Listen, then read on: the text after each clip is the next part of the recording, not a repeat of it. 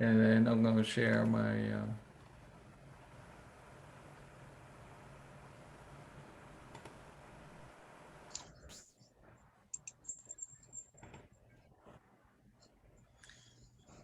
While you're doing that, so these are recorded. Would I be able to send this meeting to my friend that unfortunately missed it today? Yes. I usually upload it after I finish the recording, and then I send out the link. It's Awesome. now Houston Lodge YouTube channel. Gotcha. Perfect. Thank you. Oh, we have a YouTube channel. I can send my friend there. Yes. Nice. Thank you. Trick, did you record the last time when Vidya talked?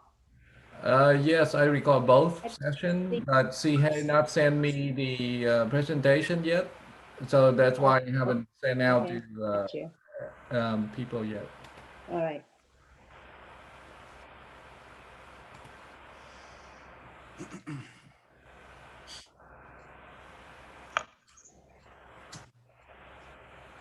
Come on.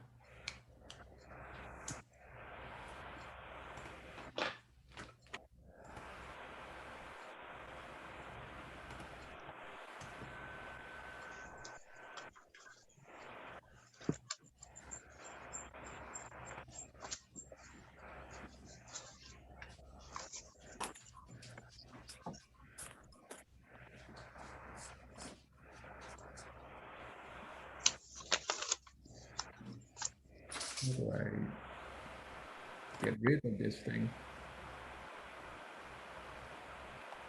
Sorry, I need to stop sharing, share the screen instead of sharing the presentation.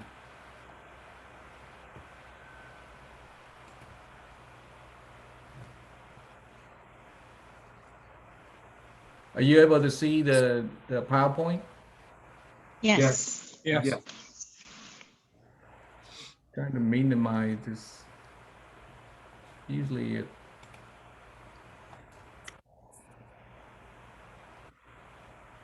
How do I minimize this thing?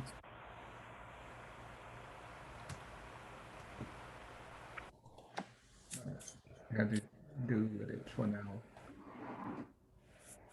Okay, so chapter 6 is about reincarnation, and David Bruce actually have a presentation on December 18 that he talked about this particular topic. I did not attend that particular meeting, so I don't know what he mentioned in that meeting.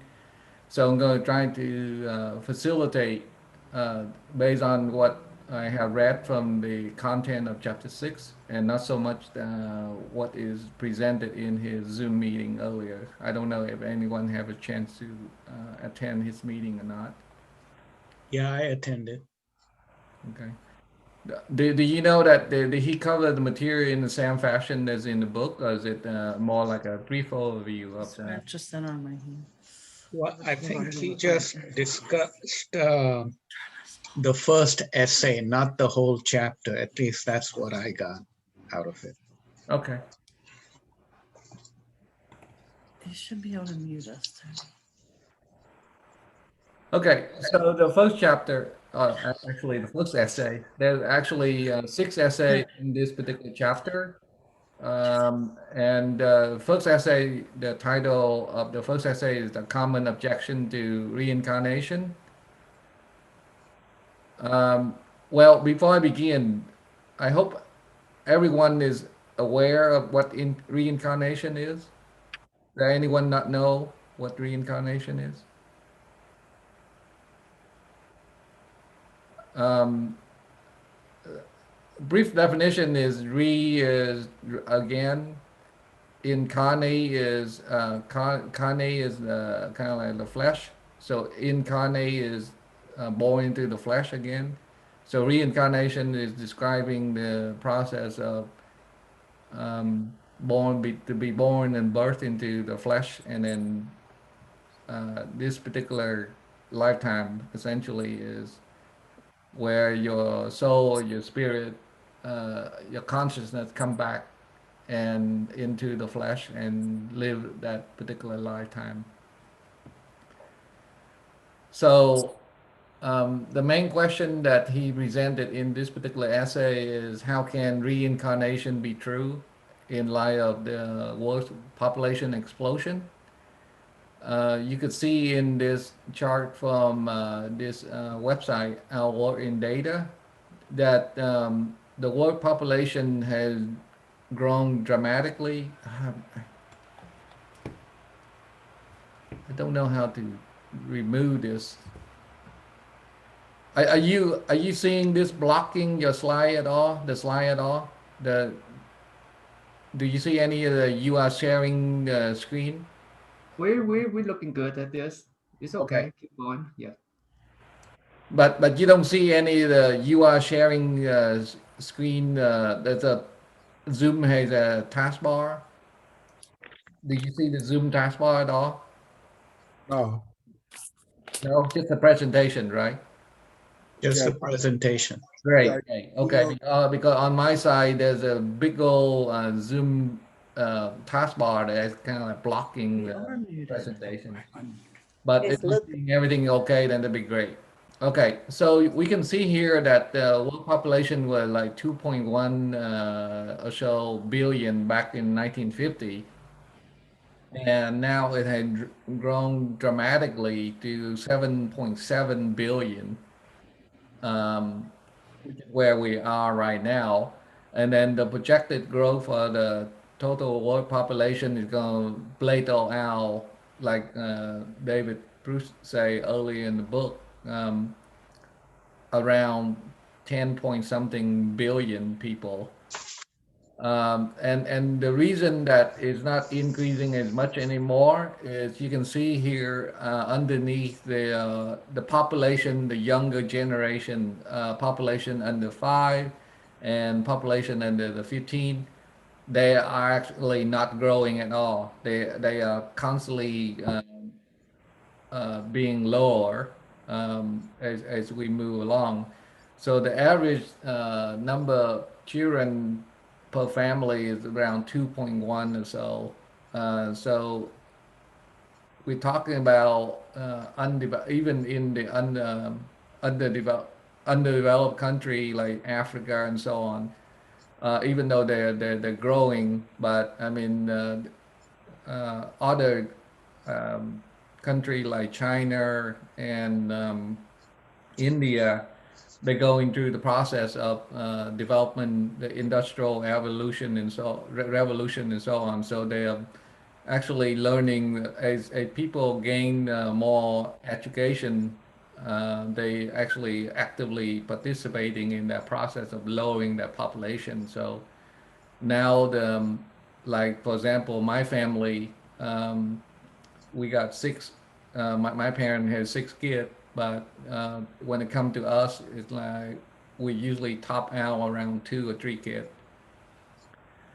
So that's why, because the younger generation is not increasing as much anymore. That's why it's explaining the plateau of the total world population as we go into the future. But the reason that they pose this particular question is because of this. Um, the assumption is being made that we are born immediately after dying. So what really accounts for all the new soul that are being born? So we started out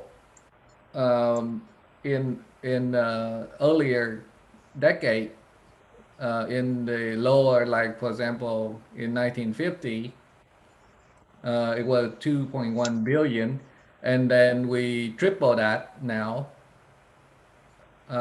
So literally, if you have a fixed number of soul, 2.1 billion, and they all die wherever at the same time, and they reborn right away, how do you explain the fact that it triple? So where are all those new soul coming from? So the theory of reincarnation is, say, I actually borrowed this graphic from one of the slides that Baba Ebert actually give. in her talk about reincarnation. You can see in the graphic, you know, the theory of we used to send people to heaven and hell is no longer true because the recycling is now happening. So all the soul that actually, all the people that die actually come back right away, right? Well, the number of soul now that are in the world is nearly 8 billion. So how do you explain about that? Um, just for FYI, anyone that's not familiar with reincarnation and so on, I highly recommend that you take a look at this particular YouTube. Is from our national headquarters. Barbara's presentation is a lot simpler to understand, and she's a very good speaker as well. So I highly recommend that you watch this video if you have a chance. So, what the Theosophy, in terms of Theosophy, what a Theosophy, how does Theosophy answer this particular question? The Theosophical worldview is that the time between death and rebirth actually vary from a few hundred years to 1,000 or more years. Um, some of them even say that the post-mortem, so after you die and you pass on before you reincarnate, the amount of time that you wait in that post-mortem state is actually 100 times more than what your lifetime is. So it can go a high as that number. And then it depends on your stage in evolution. If you are a lot more evolved, then you could choose the option to reincarnate sooner, essentially coming back to serve and coming back to learn. Um, Great. yes, Is there ever a time when there's immediate rebirth? yes. Um, well, okay. So based on what I have read so far, is when you say immediate, it's not a minute, a second. Most of it is about a few years, only a few years, and it had to do with mostly with people that die tragically in a trauma fashion, and they couldn't. They want to kind of like they are given another opportunity to be reborn right away just so they can finish off whatever that happened. Um, there's document. So the other slide that I'm going to be covering and it talk about that. There's scientific evidence that's happening, and Dr. Ian Stevenson, he's the one that does lots of investigation into that, and he explained that. Triet, can I say something else too? I'm gonna say that question is a little bit difficult to answer in that when we're in this particular reality, we are bound to time and space. And as we, when our consciousness is not bound by the belief in physicality, then time and space disappears. And so knowing how many years it is, we're just theorizing in terms of how many years it is. There's no actual answer. Especially, as I'm saying, there is no time and space. And then the other thing I'd like to address, and that just is, this question is only taking in account if people on Earth reincarnate into bodies on Earth. And since there are many other systems, planets, and entities, we can be reincarnating not just on Earth, but through other souls as well. I mean, there's an infinite number of beings to incarnate, not just bound by Earth and not bound by time and space. And that's it. Yes, that's the monad. The monad, which I will cover that as well. So the next point is unincarnated soul far outnumber the incarnated soul. We learned from Vidya's presentation for the past two presentations, there is a system of how many souls are allowed to incarnate into human, and each change, each round, and so on. There's only a limited number of souls that are allowed to enter. So we don't know the exact number for that, but it's most likely more than 60 billion. So the number of unincarnated soul far outnumber the incarnated soul. So what we see on Earth incarnated right now is human. That is a lot smaller than the total number of people or soul that actually for this particular realm. I have a question quickly. Yes. So when we talk about soul, call it energy or whatever we want to call it, and that leaves us. So the soul that, like, let's say is compensating me right now, does that stay intact, or can that soul break off and become other souls for reincarnation purposes?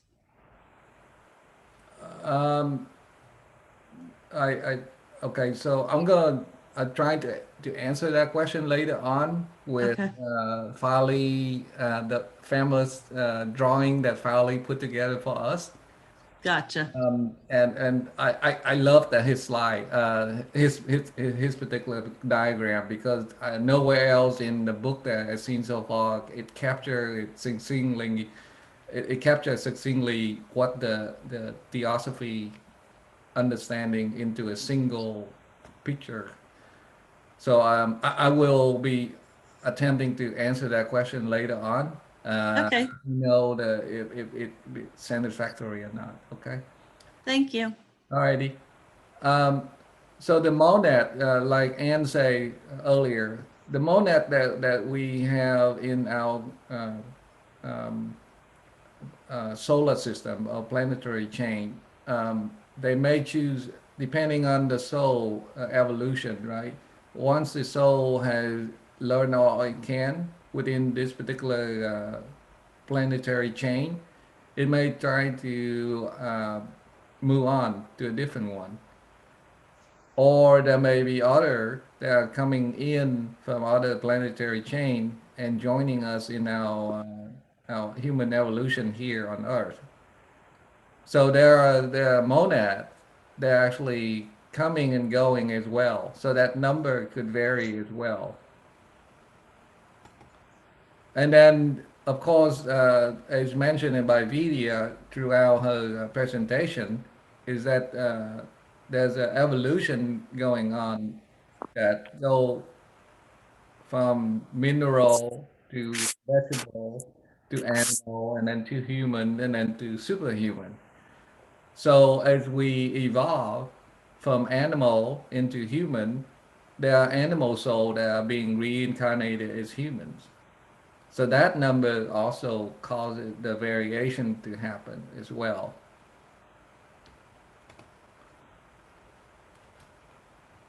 That's why the population growth of the past 200 years we have not had to depend on the arrival of new souls. Because if all you do is just wait for people to die off and then they reincarnate, then the number would be essentially a fixed number. But really, the reality is it varies a lot. There's so many variable factors that are involved in it. And the information that you see on this particular slide actually come from this particular link right here. So if you want more detailed information, you could actually go to this particular link. It talk about the Theosophy in terms of world population explosion. The other question that was posed in this particular essay is why are there so many souls being reborn in this modern time?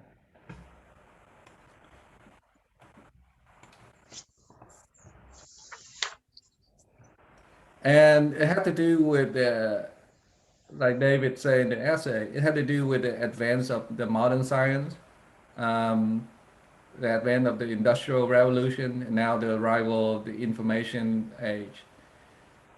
So you can see here the logarithmic scale over the time frame. And the logarithmic scale is the world population, right? As you can see here, as the technology advanced, we started out with the printing press way back, and then we discovered the telescope, as steam engine, and then telegraph, telephone, and then industrial revolutions kick in around the 1900, early 1900, and then from then on, it follow a exponential logarithmic scale, right? I mean, the world population just increased dramatically, and as more people, more souls are incarnated, they actually, you can see the invention here. Whole lot of technology has picked up. Imagine not having the iPhone, iPad, you know, the that guy the Google, right, the Facebook, the YouTube, all of those technology are actually opportunity, essentially opportunity for the soul to grow and learn. So according to Theosophy, these period of dramatic political, cultural, and social upheaval, they do provide lots of opportunity for the soul to grow, and that is the exact purpose of reincarnation. So the whole reason for us to reincarnate is to evolve.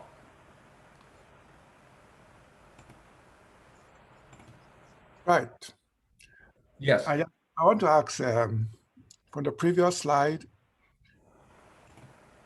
is the increase in population powering this tech boom, or is the boom which is causing the increase in population?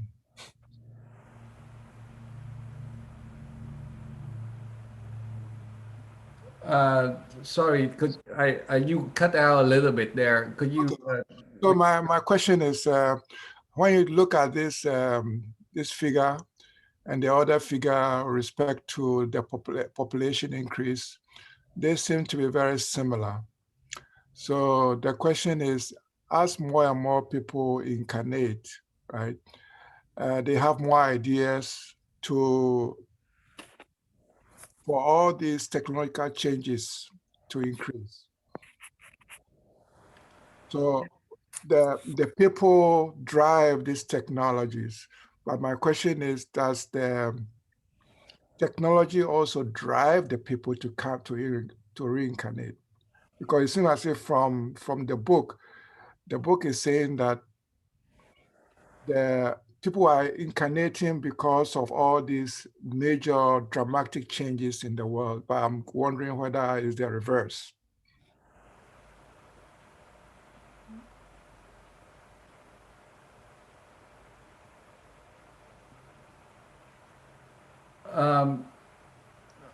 He's saying that essentially the people that incarnate back in the day of Egypt, for example,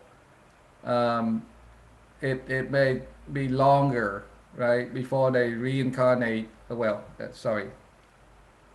Say even if they waited 1,500 years before they reincarnate, during the day in the Egyptian, they wait 1,500 years and they reincarnate again, they will still be able to understand or catch up with the advance in civilization.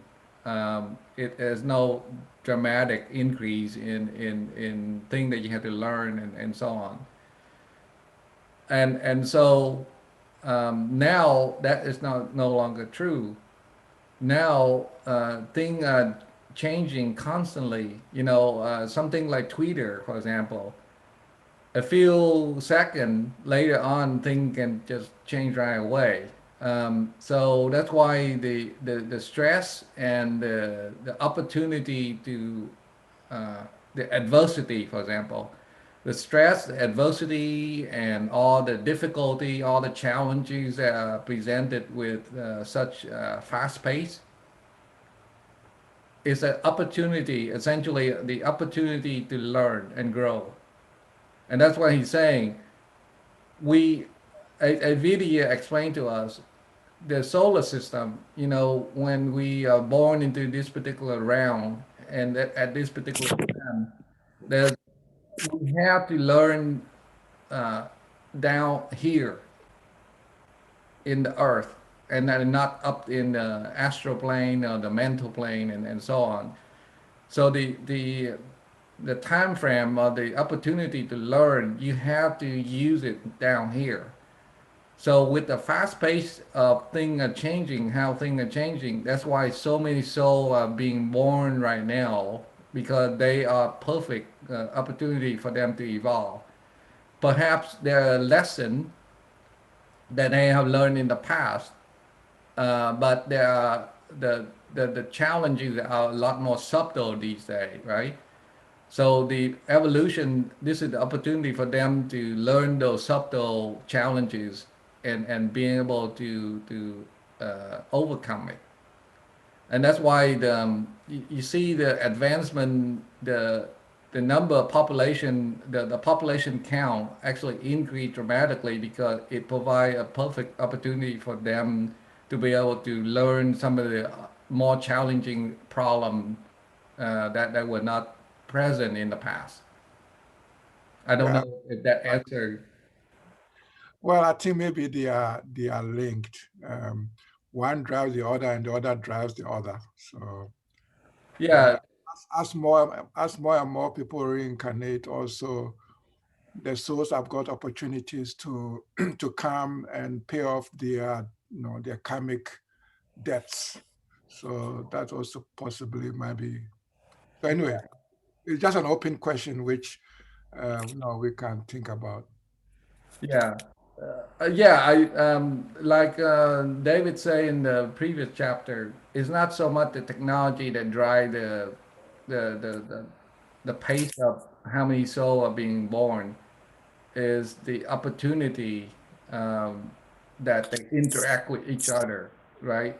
The opportunity for them to learn from each other, that's more important than the technology themselves. The technology is just a side effect of having, instead of having one mind, right? I myself may not be able to do this or think of an idea, but someone else, you know, having two mind, three mind, a million mind combined together, that you're going to learn a lot more than the synergy of combining that together is a lot more than just a single mind trying to do something.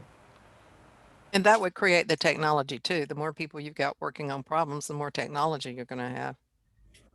Yeah. I have a question before we move on. Yes. So is there like an assumption there that the people that are being reincarnated now are here for a purpose to expand the top of this? Like, are they here? I mean, obviously they're here to learn as well, but are they here purposely at this particular time because all of these other things have already been created and they need to build knowledge? Is that making sense? Are they reincarnated purposely at this time with technology being as it is? Purpose? There's probably not any accidental reincarnation. Okay. All right. Okay. Yeah, the thing that you retain, um, essentially, thing that you retain from, and thing that you could not retain throughout time. And I will get into that. And that may explain the reason that you're seeing some of this explosion. But I'm going to try to answer that as we move on, okay? Yeah, try it. What about relationship of this respect to the quickening of the evolution of humanity? The quickening of what now? The evolution of humanity in general. Yes. Um, yeah, as the number of souls being born are increasing, there's a lot more demand, right? A lot more demand on our world to try to understand some of the complexity and how to work it. So those are all the challenging that are like anything. You you cannot evolve until you have issue to resolve, right? If your life is perfect, then there's no issue to resolve. It's only through the challenges and the issue once it's raised and the complexity of the issue that cause us to learn and grow. So you are correct in saying that it is part of the quickening of the intention of the master, right? The whole reason why the Theosophical Society was created is to quicken the evolution process of our humanity.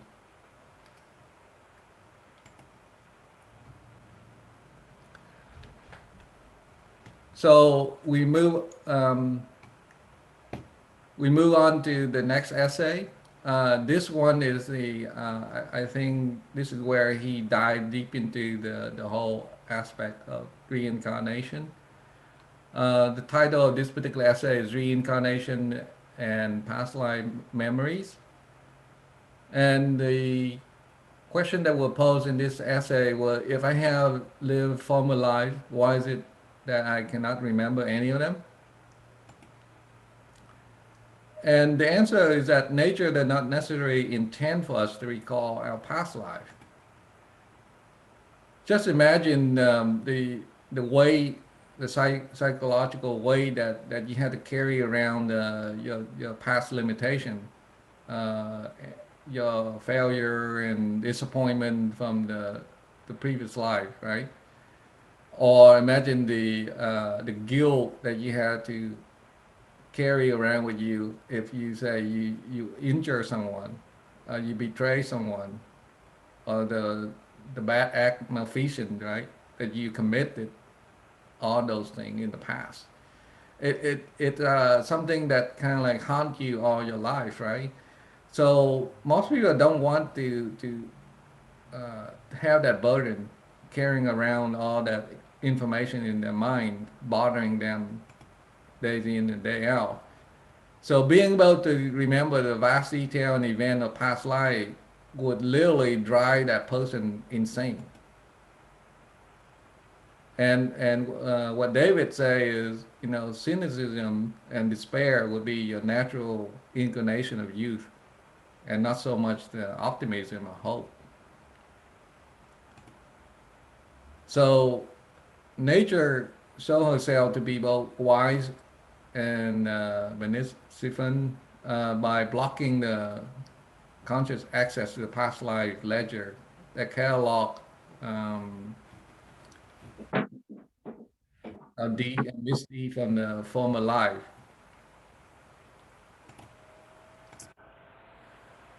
Right here, I borrow one of the diagram from one of our introduction to Theosophy book that John Algeo put together. So within this diagram, it shows that our principle or the vehicle that we have, the body, the different body that we have, um,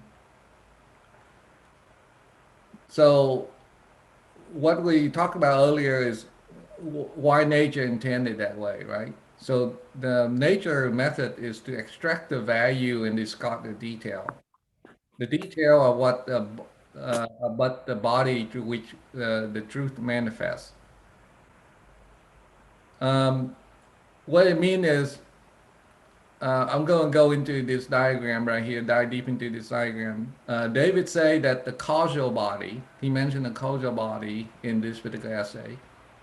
The causal body is essentially the repository of the distilled wisdom gained from our personality through a long series of death and rebirth. So if you see here, we have several body. Um, of course, at the densest level, at the bottom, is our physical body. The physical body that we are seeing, touching, and feeling right now. And then our emotional body, our feeling, right? Our mental body is what we use to think and so on. So these three lower body, physical body, the emotional body, and the mental body is considered your psyche and your physical body. Those are part of the body that are destroyed from one incarnation to the next. So as we born, we take on a new mental body, and then we take on a new emotional body, and then a new physical body as well. However, the causal body up in the higher plane of the mental, um, it will be there. It will be there from one lifetime to the next. So that's why it's considered a repository of all your knowledge, all your wisdom that you gain from all the previous life. And in Theosophy, this word personality is what described down here for the three body down here. You gain a new personality for every lifetime. And then the individuality up here is go beyond different reincarnation, a different lifetime. So the point is each reincarnated life obtain a new set of body, including a new brain.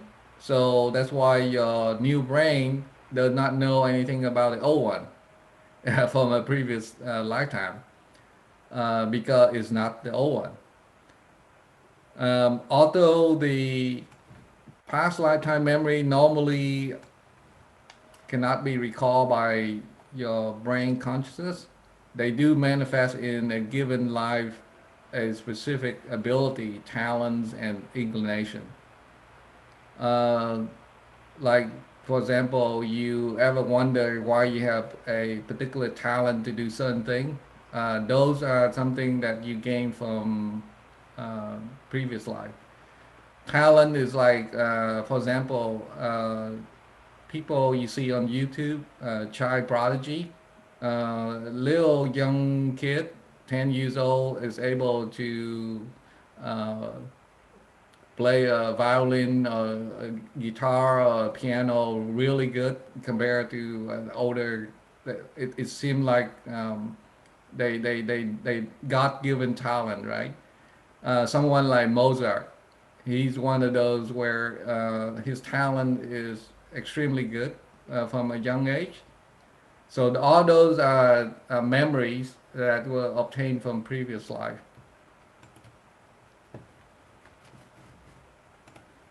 So now we come to the slide that I was describing earlier that Folly put together for us, which I really like because it captured the previous diagram in a more simplistic manner, and it explained a whole lot to me than the other diagram.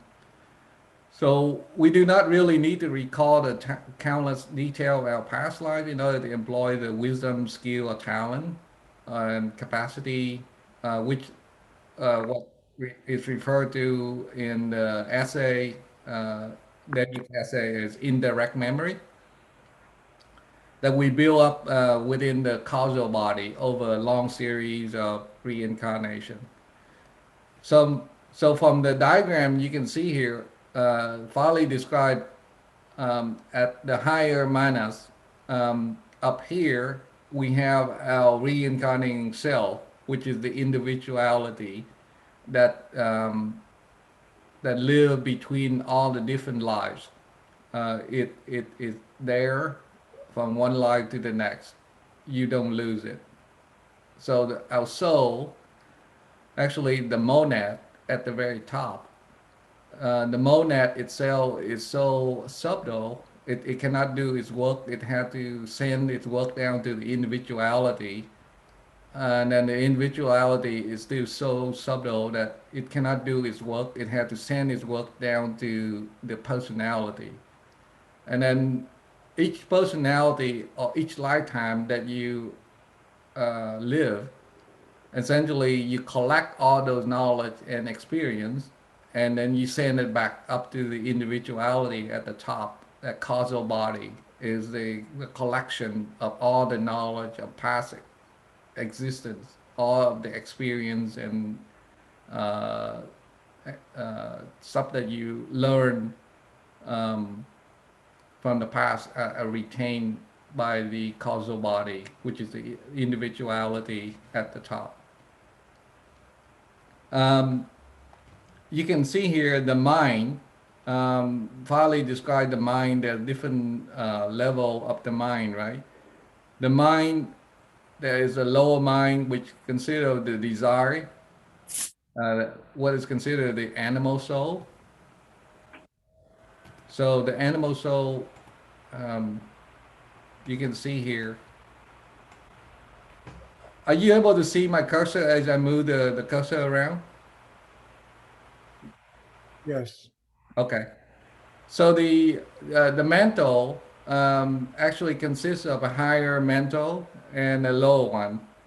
The mental body, the lower one, right here is what Farley consider the animal soul that has the mental body. They have that capacity to learn and to have that memory for this particular lifetime. And then there's a higher mental, the higher mind that has the capacity to retain the idea, the truth, the ideal, the aspiration, the truth, the wisdom throughout the different lifetime.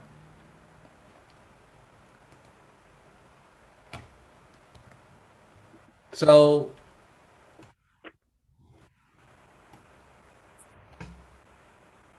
the lower mind is the lower mental, which is considered the animal soul, and that's at the personality. So that lower soul, the animal soul, get destroyed.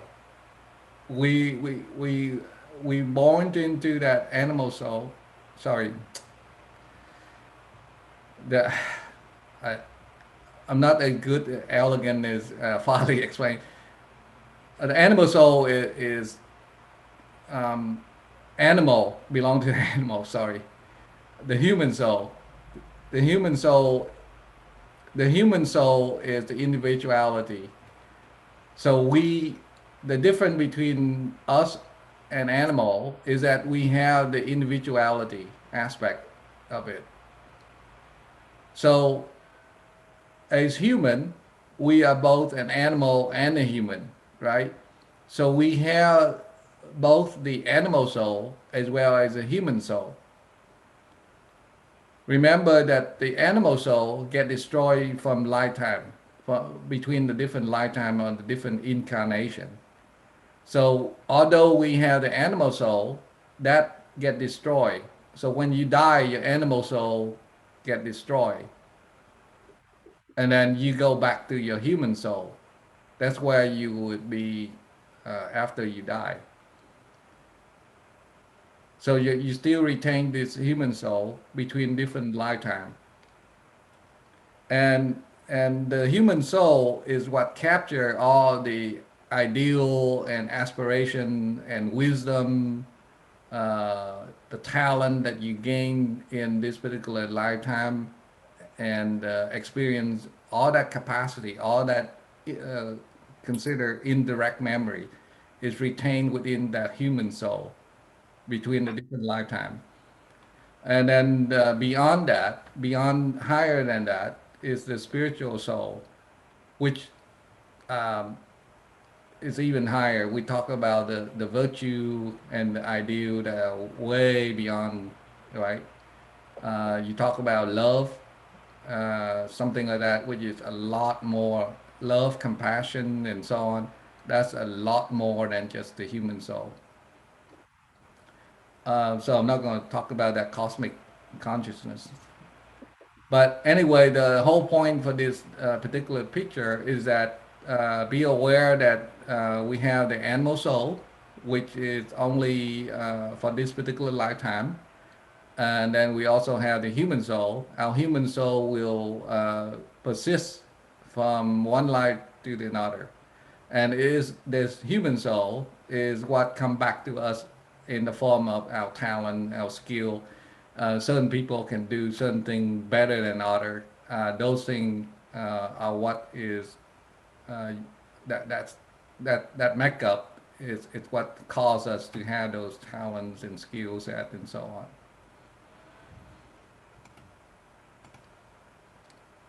So now we come to this scenario. Well, let me, before you move on, if you're moving on from that, what does it mean on the bottom? He's got that TC/UF. Do you know what that means on the bottom of the Foley's diagram?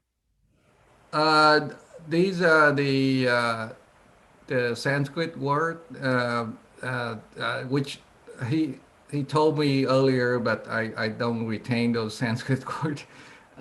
It's the term that they use to describe those. Um, Okay. yeah, the problem is I don't retain those Sanskrit words really well. Yeah, the Sharira Yeah. thing and all that. Yeah. Okay. So, but that's what the TC you're saying is just an abbreviation for those Sanskrit words. Yeah, yeah. I don't. Yeah, I didn't catch that. Actually, we have a recording of this particular presentation where Farley go through this diagram. Mm-hmm. I don't remember where is it at. I may trying to find it from Timothy and see where he uploaded, and then maybe I can upload it into our channel as well. That'd be great. Thanks. Yes, that there are video that we record and on the YouTube, and we will send it out later on. We did send out before, but we send out again. They have a link for that. Yeah, I will try to find it and then try to upload to our channel. We'll make sure that it's available for everyone. So this is where we encourage participation. Let's say that a person find a wallet full of cash, credit card, and information. So what are the possible scenarios can happen next? Um, I want you to use one word that summarize what you think going to account for the different possibility that that particular person going to go, how he or she will behave. Can you think of one word? Anyone? Steal or find the real owner. Integrity. Integrity. Okay, that's one word.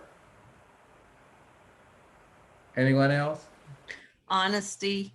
Honesty. Right. Thief. Not everyone is a thief, right? No, It has, no, but it has to account. It has to account for all the different possibility. Well, that's why I was thinking integrity, because, you know, lack of integrity would be one choice that would choose thievery, and higher integrity would be you try to get to the person. So Yeah. are you looking for a particular? That one word had to account for all the behavior that could happen. I guess it depends on the state of consciousness of the person. Consciousness. That's a good one.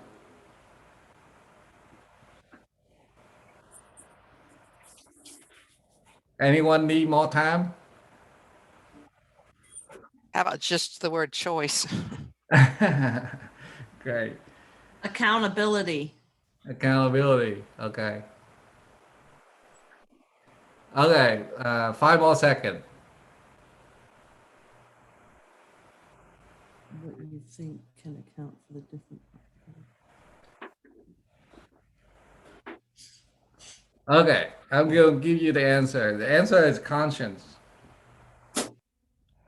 It all depends the outcome, the possibility, all the permutation. It all depends on that one word, his or her conscience. And the reason is the conscience, according to Theosophy, the conscience is essentially the fruit of your past life. It records all your lessons learned in the other body, in your previous incarnation.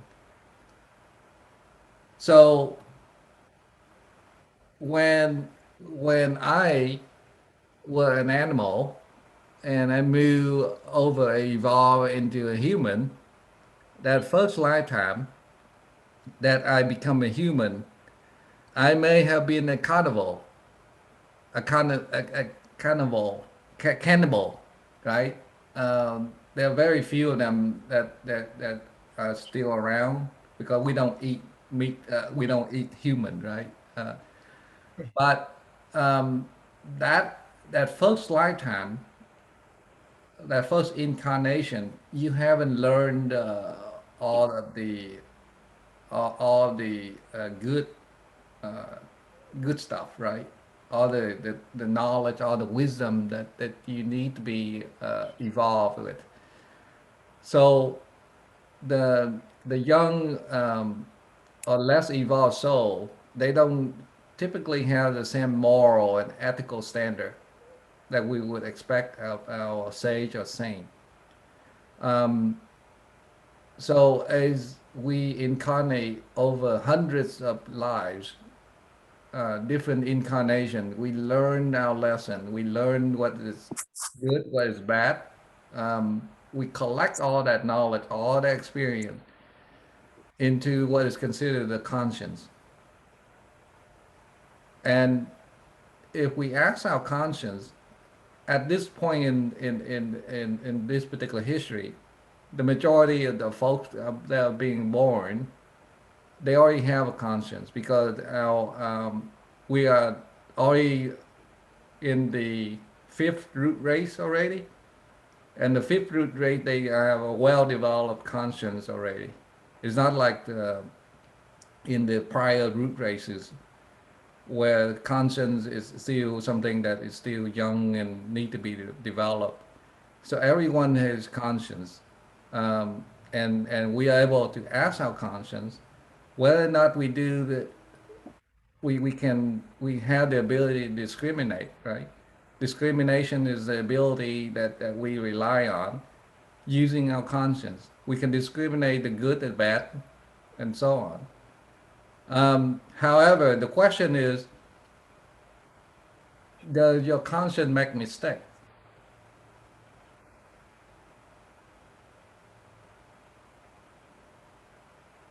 What do you think? Do you, if you trust your conscience, do you think it will make a mistake? Yes. Yes.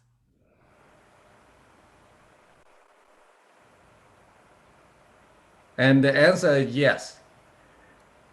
And do you know why?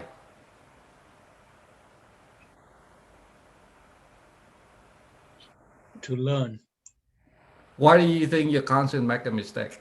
It's because it's getting us information based on our experiences. Exactly. All uh, it can only give you the answer for what it has learned. You ever heard the phrase "I don't know what I don't know"? Right? I don't know what I don't know. That's simply what the conscience is. The conscience is in the higher manas, the causal body. It's sitting in the causal body. The causal body keep track of all the experience and wisdom you learned during the previous lifetime. During this particular lifetime, you were born into this lifetime to learn a new lesson. So you may encounter situation or issue that you have not learned before in all the previous lifetime. That's why trusting in your conscience would be the way to go, yes, for the majority of the time. But there will be cases that you will run into that you have not learned. And there's no way your conscience will be able to answer that question because it had not learned it yet. Your human soul has not learned that lesson yet. So that's why you will make mistake.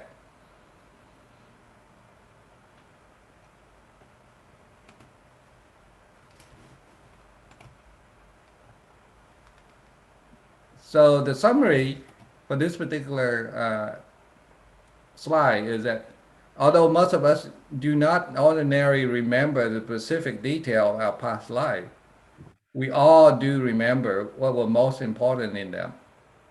And what was most important in them is that which we call conscience, our aspiration, our ideal, and our innate abilities. And that's what Fowley, I love his diagram because it sums up the entire concept of what we're here to do and what we're supposed to learn from one lifetime to the next.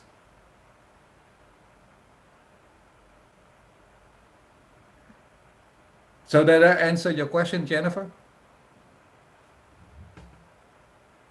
Yes, thank you. I did have a question though, when we were talking about consciousness making mistakes. That's to say in theory, I used to be a teacher. So let's say I'm discussing with a parent,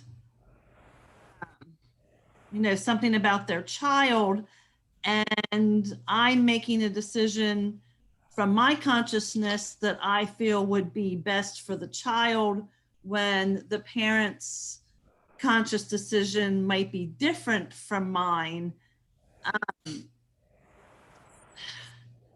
How, you know what I mean? Like how, not necessarily that one is right and one is wrong. It can kind of get confusing there, I guess. Am I making sense? Like it's kind of when you're dealing with two people that are operating from their consciousness concerning something, I don't know, I'm having a difficult time putting into words what I'm trying to say here. Yes. You see what I'm saying? If you have two people at two different levels of consciousness, both feel that they're making the best decision for something, obviously, I don't want to say win or lose, but obviously, the difference of opinions based on consciousness,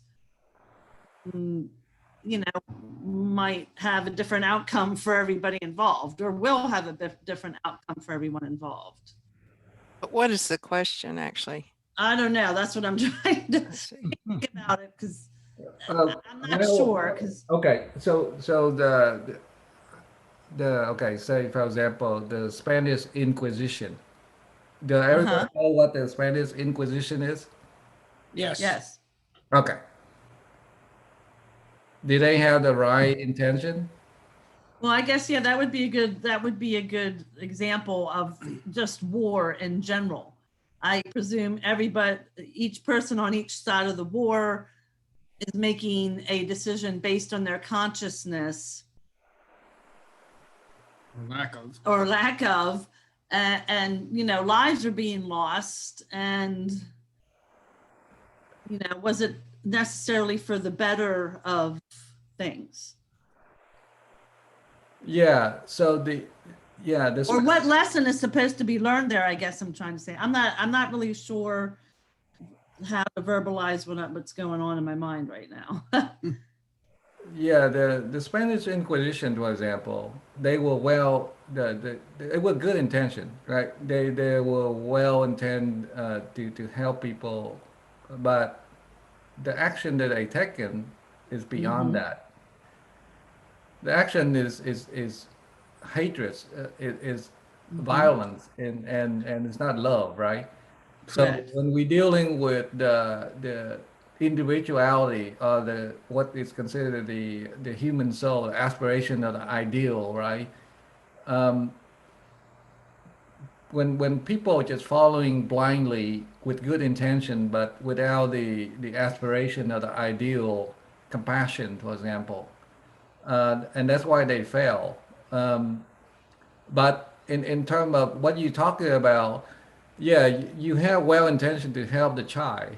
Um, your conscience say that that's what you want to do for the child, but in terms of the parent themselves, they may have different. That may not be the most important thing in their lives right now. That may Correct. be not a Right. critical thing that they think is best, right? If, Right. for example, if the parent is not economic, it's not well off, right? Right. And maybe that may not be the most important thing in their lives to have to ensure that their children education is well and good. Right. Important Right. thing in their life maybe how do I feed my family? How do I Correct. keep them, well fed? And so that may not be the most important thing in their mind right now. Right. Right. Okay. Thank you.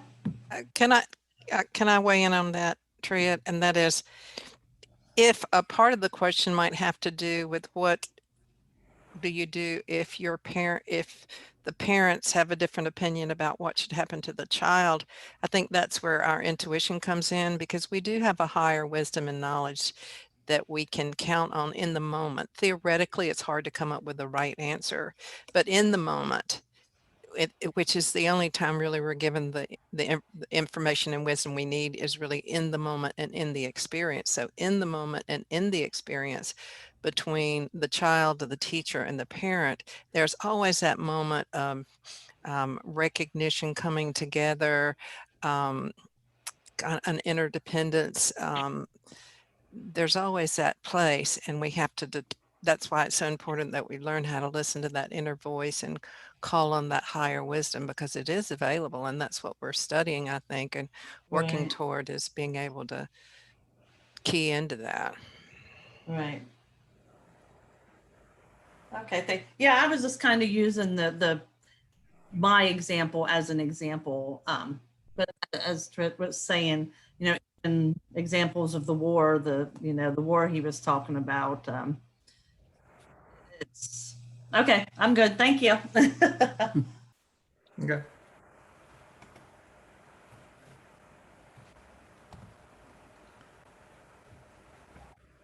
So at the end of this particular essay, he did mention about plenty of evidence of the past life memory. So you cannot just discount that it does not exist or is something that's make up. There are ways to investigate for past life memories. The first one is hypnotic regression. You could go to YouTube. There's lots of different video. They talk about hypnotic regression, past life. There's also clairvoyance observation. So if you talk to someone that has clairvoyant abilities, they're highly evolved people. They can actually take a look at you and examine your past life and let you know what it was, depending on what is it that you're interested in learning. And then also the scientific study. And this doctor I referred to earlier, this Dr. Ian Stevenson of the University of Virginia, he actually performed over 3,000 case study of different young children. Um, and most of the kid that he investigated was literally they have birthmark or defect, right, from their previous life. So for whatever reason, they may be uh, uh, they die dramatically in trauma or whatever it happened to be, and they would come back right away. Uh, when I say right away, it's a few years. It's not like a minute or days, right? It's a few years. And usually when they come back, they usually come back around the same locale, same local area where they used to be. It may be within the same country. And they will be able to tell the detail when in the age between 2 and 6 years old, when the ego had not taken control of their mind yet. So they can actually tell the detail, and if the parent understand that and work with someone, they should be able to verify those detail as well. So you can see on YouTube, this is his video that he go through the process of investigating, presenting the scientific evidence that reincarnation did happen for these kids, and so on. There's also a this is a long time ago, ABC prime time story of this young kid. You can see the picture here. Um, his name is James Lingard. He actually had a nightmare, right? And he would have the ability to understand all these aircraft because he was a World War II fighter pilot.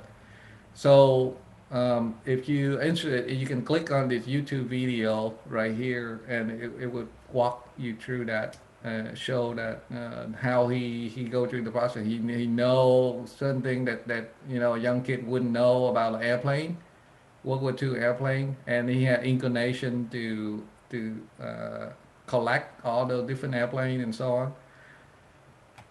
So, in terms of evidence for reincarnation of past life memory, that is true. There are certain people that have that ability to recollect that information, but most of the time, the people that have that recollection is those that have died in trauma in the past life, and they come back in a few years, and they're able to recollect that. Tony and I had watched a show several weeks ago. It was about on reincarnation. I believe it was on YouTube, and it was very interesting. I want to say it was in India, but I'm not sure. But it was about a young girl who was actually saying she was a son of another family, like 20, 30 miles away, and knew things about the family and etc. And eventually her parents took her back to that family. And like, it was just truly amazing, the things that she knew. I mean, the parents of the deceased son, I think they had a son that was lost. I forget how he was lost, but he was lost fairly young, and tragically, I believe. I think he might have been hit by a car or something. But it was just amazing the things this child knew about that other person's family, pretty interesting. Yeah, and Dr. Stevenson, he actually verified a lot of that, and mostly the people with birthmark and defect, like people that has birthmark. Actually, my daughter has birthmark as well. Uh, um, anyway, those birthmark are actually from the previous injury from the previous lifetime, and they manifest themselves as birthmark. So when your kid is young, if you interested in that and want to learn more, then it's easier to do that. But when they grow older, as the ego get hold of control over the mind, it is a lot more challenging to do.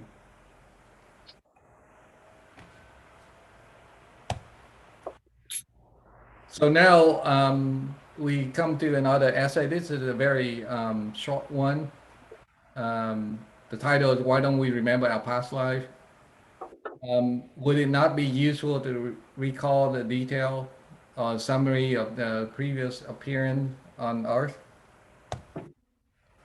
So this was the reply that David put into the book, and it's from Sri Mahava Ashi.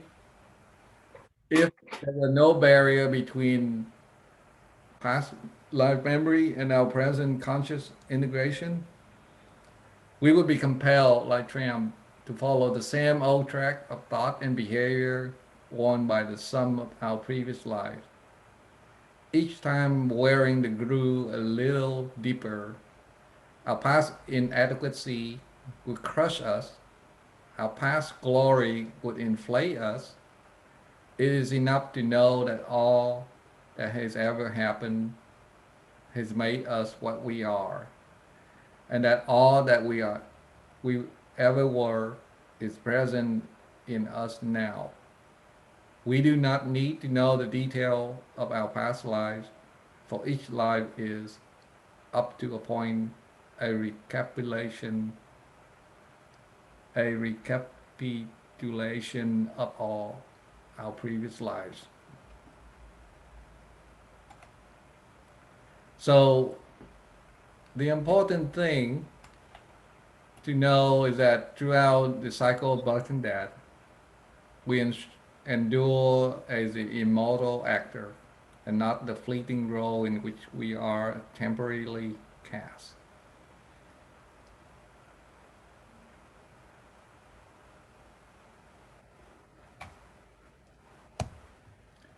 Yeah, so that's just a short essay that he go over. Um, and then the other one that this is at the end of the chapter, but I group it together because they're short as well, and they literally just describe the same about why we not remembering our past life. The very last essay in this chapter is the River Forgetfulness. I don't know if you're familiar with the Greek mythology. Within the Hades, there are 5 different rivers, and the river of Lethe is essentially the river of forgetfulness or oblivion. So the picture that you're seeing here is the people that drink. The story, the Greek mythology story, was this one person he went through, and all the people that he given opportunity to come back to Earth, right? And all the people that actually drink from this river, they completely forget their past life. But he didn't. He chose not to drink from that river, so he actually come back and tell the story about it. Well, that's the Greek mythology, and there are different variation of that throughout history as well. There are different books that David talk about it as well. So the question that he posed is, have you ever wondered about your past life, right? Like, who was I? What did I do? Where did I live? What if we could recall our former life? Wouldn't that prove to be of great value? Wouldn't that knowledge serve to guide us through all the challenges and difficulty that we face in life? And the answer that he captured was a quote from N. Sri Ram, which is one of our prior president for the Theosophical Society as well. It is a mercy that we are able to start each time, each incarnation, fresh bath in the water of life, in oblivious innocence. Each time we draw back into ourselves in order to put ourselves out into the external world to greater advantage, the slate is wiped clean that we may draw upon it a more perfect picture. If we had to draw upon a slate already filled with innumerable or indelectable character, we will be running the certain risk of making confusion worse confounded until we were hopelessly lost in the morass of memories, bitter and sweet, breeding remorse and reawakening passion. At best, a bewilderment, more likely a nightmare. So the higher self, the higher ego, the higher mind, or the causal body, enter each new incarnation with increased power and capacity, born of experience, but without being burdened by memory of distant past. And that's the summary that David give for this particular essay.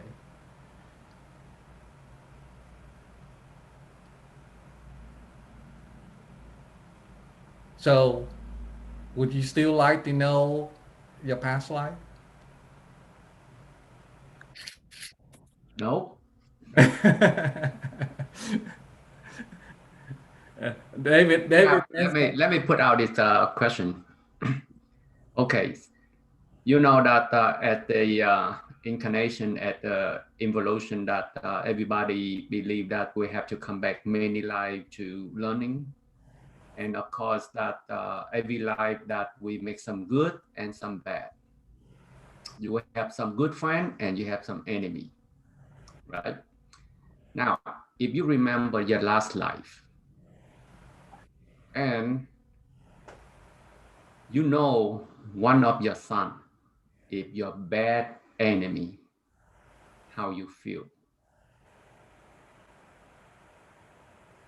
That for me, forget the thing for the past life, that is the best. That is the privilege for the law of reincarnation from God, Good from example. Creator.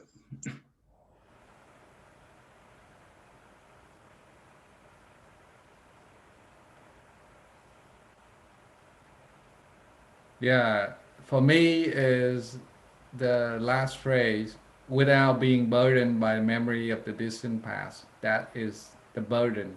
It's not a blessing, it's a burden.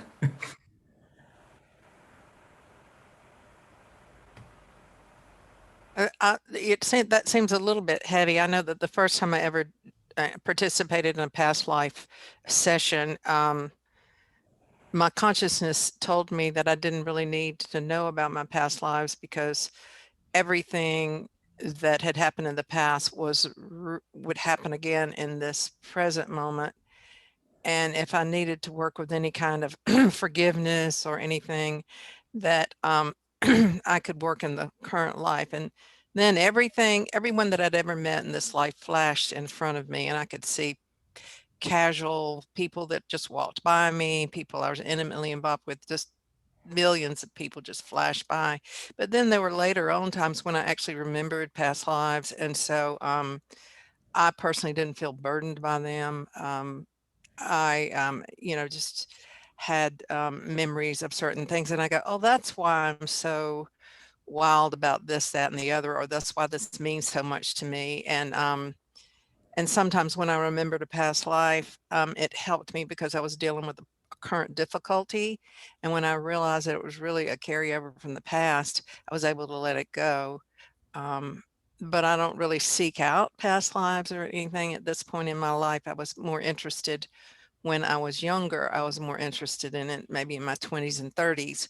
Now I'm in my 70s, so I don't really think about those kinds of things, but it may be just a part of our curiosity that we go for that. And also because sometimes when we're younger, we're so desperate that we seek for answers anywhere we might be able to find them. And so I don't think it's invalid to go and look into a past life.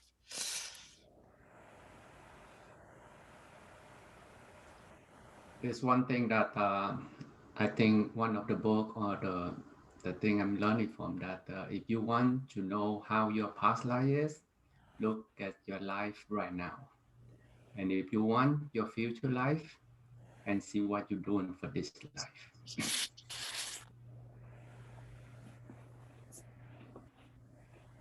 Could you say that again a little bit louder?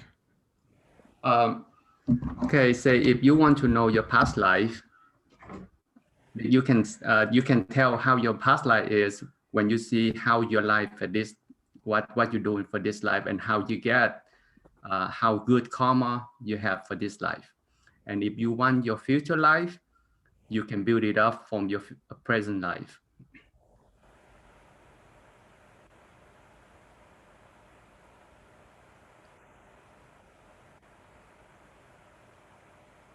It's something like what you get, and see, what you do is what you get. That's all. So for this lesson, all we're learning is we know that the incarnation is go in and out, back and forth, and then that's why we have to come back and learn. So for this life right now, what we're going to do to better for our future life. Of course, you need to do, send your love, do whatever you can, learn all the virtue, like Folly said, and do as much as you can for other instead of yourself. And I know for sure when your next life, you have a very, very good karma and go on until we go to the end of the path.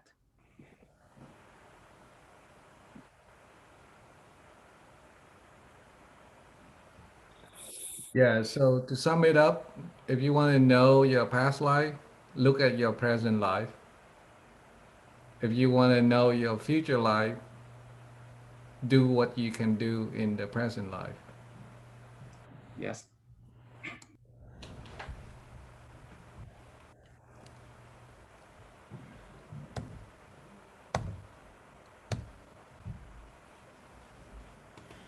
But Triet. Yes. It also said that when we reincarnate, we just bring not everything that we have to this life. We bring out things that are going to be useful or manifest in this life. So although I agree with you that maybe the abilities and other things that you have now are due to your past life, that is not all that the soul has to show. I mean, there are situations possibly in this incarnation which, if I had opportunities, I might have developed into maybe a musician, but I didn't have the opportunity. So it's not, I didn't get that development done. Okay, I see where you're coming from. So you're saying that the individuality or the higher self believe that for this life there's a lesson, that a particular lesson that you need to learn, and you are here to learn that particular lesson and not the other lesson, some other lesson. So the difficulty or the challenge that you are facing right now is the tool that are helping you to learn that lesson that you're supposed to learn in this lifetime, and not so much that you don't have the capacity or the wisdom for the other lesson. Yes. So there's a good habit that I need to learn. For example, I need to be patient, or I need to be persevere, and that's a lesson I need to learn for this lifetime. Maybe I have other wisdom and for other virtue as well, but that's not a lesson for this lifetime. Maybe I already learned those lessons in previous lifetime already, but this lifetime I don't need to learn that again. Is that what you're saying? Yes, yeah, in a sense, yes. Okay. Unless some other, some other members have got other opinions about that. Basically, that we are more than what we are showing in this incarnation. Yes. Because to become God, you gotta be everything, right? So there are a lot of lessons to learn. That's correct. You want to help other, you got to be perfect. Okay. Okay, now this next essay that he have is the title Dream of Forever. But life is full of disappointment, failure, and setback. So it's how do you handle them that count. So the question that he posed at the beginning of this essay is how do a person remain an optimist, despite the fact that having endured repeated setback, even outright failure, while attempting to realize his innermost dreams. You keep failing, no matter what you do, you make the same mistake again and again. So when you're young, you have time and youth, effort, and strength to do those things. However, once it faded, once you get older, how do one maintain that enthusiasm and drive which is needed to pursue those goals despite all that obstacle and endless distractions?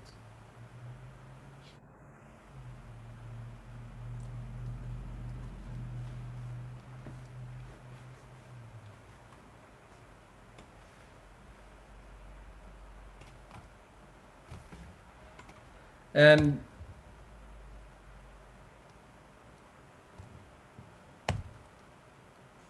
so from the standpoint of the immortal self, or the higher self, the individuality, all those regression, all those mistakes, all the failure that you encounter, all the setback, they're only temporary setback. They're only temporary mistake on this long journey that we have to go before we come to self-realization, enlightenment, as some would call it.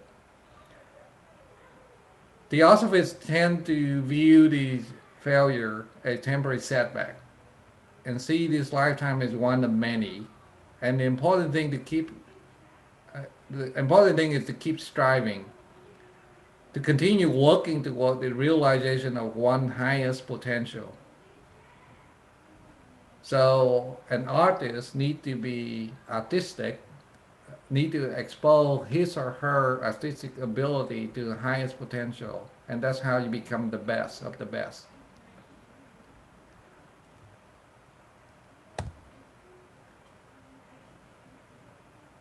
So this diagram right here is that you have the knowledge that reincarnation provide the basis where our unfulfilled dream and aspiration will have yet another opportunity to reach fruition. And from the void of the silence, they're saying that each sincere attempt wins its reward in time. So everything you do in life start with the very first step. Until you take in that first step, you don't know what it's going to be.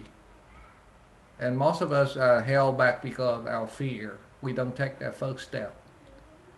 And we don't continue to strive forward.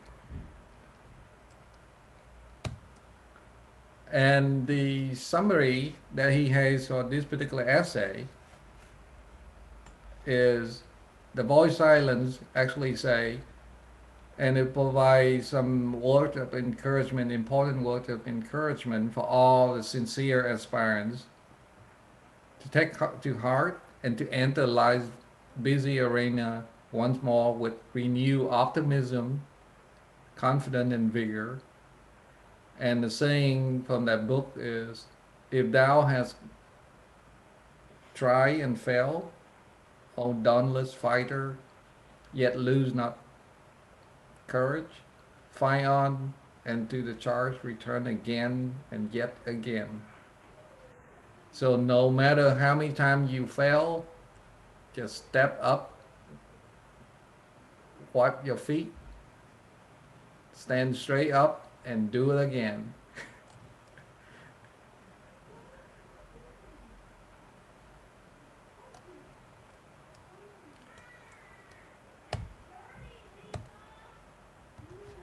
And that's the end of the whole chapter 6.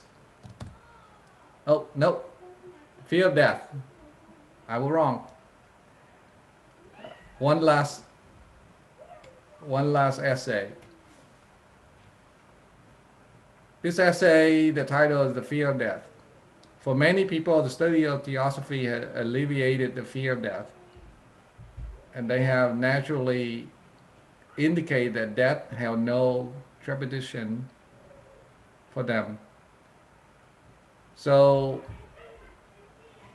David actually put in there a quote from this Roman philosopher Marcus Tullius Cicero. And his later year, he wrote in his essay on old age, which uses simile to describe his feeling about death. As I approach death, I feel like a man nearing harbor after a long voyage. I seem to be catching a sight of land.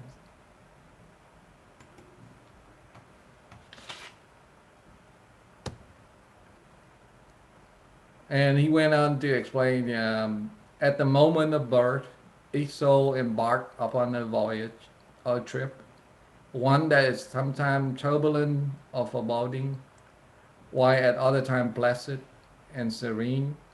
We have navigated the sea before, although we know it not. But whether our journey is barren or fruitful, hasty or prolonged, one thing is certain. At some point, our tired vessel will return to the harbor, and we will disembark.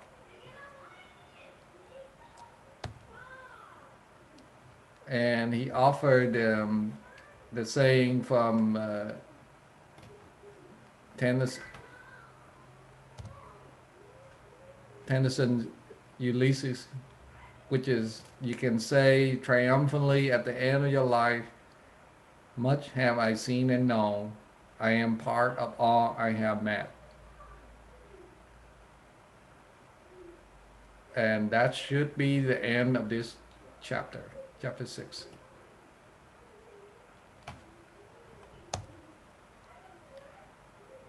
So, is there any question anyone would like to raise or that we need to follow up on?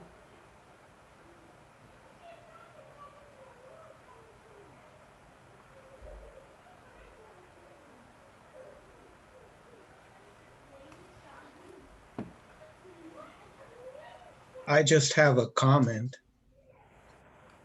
Yes.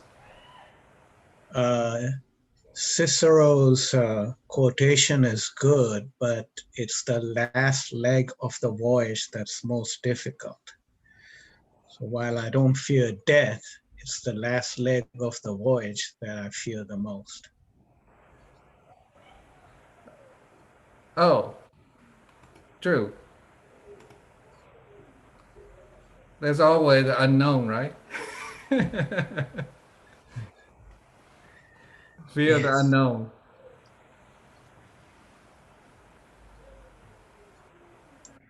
But I'm hoping that all the knowledge we gain from Theosophy would stick.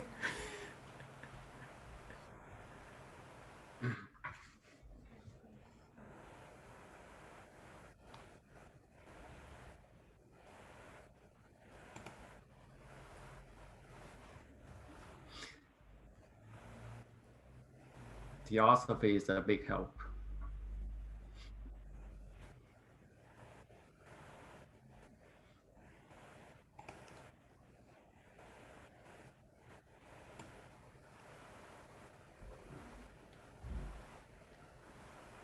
Okay, any other comments, questions?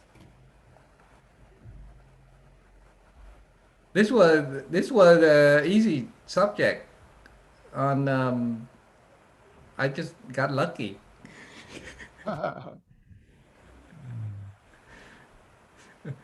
And have you read your next one?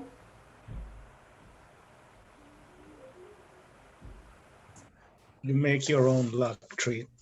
Have I read the next one yet? Yeah. About the questions? I've glanced over it. I have read, yeah, I've read the whole book. Okay. As a matter of fact, I was thinking I might just email David and ask him if he had anything on this. It's about questions that we can ask, I think. I don't have it right, the page, but yeah. I hope maybe we can have a discussion Okay.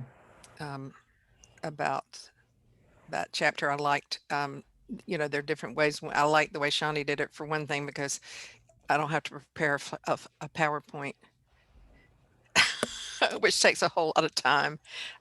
But you know, both ways are great, but we may have more of a discussion next time about that chapter, and it lends itself to discussion anyway. I think one question that I always have with the more that I learn is like, does this whole process ever end? Like when does it end? Does it end? Why doesn't it end if it doesn't? That is one question that always pops into my head. It seems like a lengthy, long process, and you just kind of wonder if it's just cyclic or it finally does come to the end, and what is at the end of that. I think personally, I think the end is now. And I think that a lot of people in Theosophy have moved past some of these basic concepts and have moved from dualism, which most of these things are based on that we're talking about, to a non-dualistic perspective. I personally believe that when we're radically present in the present moment, that it erases the past. When we have those moments of directly experiencing consciousness and who we are, all the theory falls away. It becomes simpler and easier. I mean, the Course in Miracles says simplicity is difficult for twisted minds. And I think that that's the path that I walk. I think that the concepts of Theosophy help walk our mind to a place that we're willing to give them up. Because truth cannot be known in any kind of concept. It can only be known, excuse me, directly. Oh, I hope I didn't blow y'all out with that cough. And so to me, it's like they're steps, baby steps, walking our way into the present moment and the radical presence of who we are. Is there an ending? I don't know. In the Eastern philosophy, Lila is a concept, which is everything is a dance of consciousness, and it's consciousness exploring itself for the experience. It wanted to know what it was like to be limited, and so it moved into every permutation, and it does it on this plane. It does it in many planets and many worlds and many dimensions and many realities. And knowing the technique, the principles, what they are, and being able to label them doesn't really bring us into the presence of who we are, but they are entertaining and they're interesting, and we're very curious, and we like those kind of things. And there's not anything wrong with entertainment. I call it spiritual entertainment, learning the how-tos and the what-ofs, but it's not really, doesn't get us any closer to the heart of who we are. I think if anything, it certainly helps us deal better with daily life, for sure. You know, when life becomes challenging specifically, you know, it helps knowledge it just helps with the knowledge to deal with it. Yeah, and what do you want to end? You know, you were saying, does it come to an end? What do you want to end? I guess nothing really. It's like I just keep thinking there's got to be a end to this whole process. Is it complete enlightenment where you become one with God, whatever you call it? Is it? I don't know. I guess it just comes back to that life's purpose, and going back to today's talk, lives purpose. If our purpose is for learning through our lives, at some point in time, you would like to think not necessarily that you know it all, but that there is an ending and that you have complete enlightenment and it's over. You don't live lives anymore. You have no more lessons to be learned. You're in complete enlightenment. When you know what your life's purpose is, it's going to be easier for you to ask that question from that perspective, and the questions might change. Right.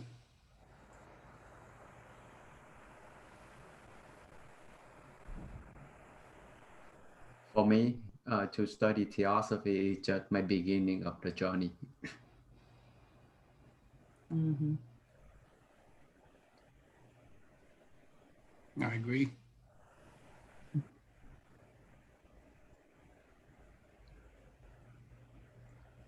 It's just like we've been lost and we've been found something to hand on, and that is the beginning. Mm-hmm.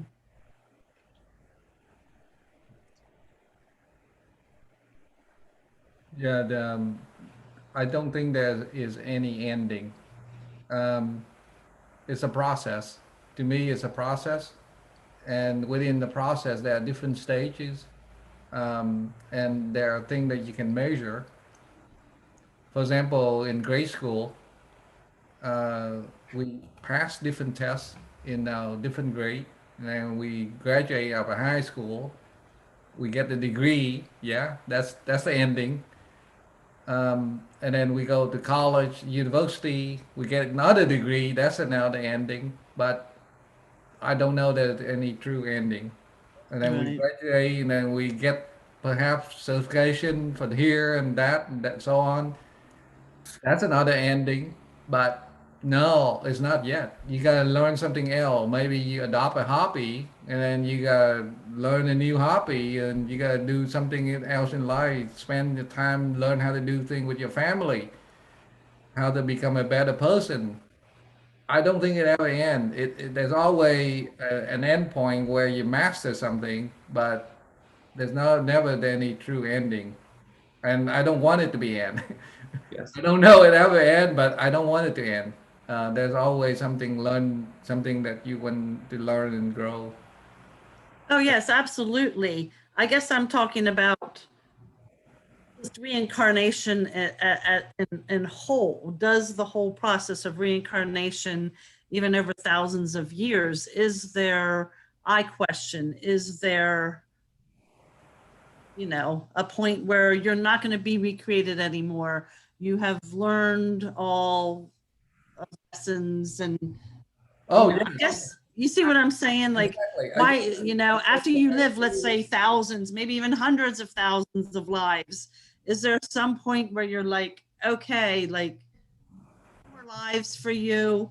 Yes. You live in complete enlightenment and complete joy and peace and love forever.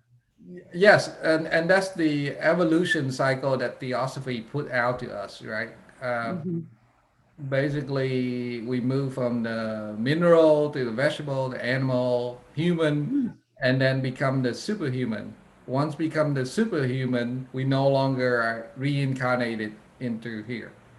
Because once you become the superhuman, essentially our master, for example, our master are no longer bound by reincarnation. That is their ending already. So they had the option to choose to come back to serve us or to go on, Oh, right? okay. Gotcha. So, but still, that's not the ending. The ending, they don't end there. They have to escalate their evolution as well. Beyond the superhuman, we don't know about that because it's not relevant to us. Right. Beyond the superhuman, there are now what Farley put in the diagram as cosmic consciousness, right? That is beyond our understanding, and we don't want to venture into that because it's just way too much. Right. Jennifer, I suggest you to read the Master and the Past. That will give you a lot of knowledge for this thing. Master in the past. Yes, Okay. Thank you. No, the masters and the path. yes. Masters in the past. Yeah. Okay.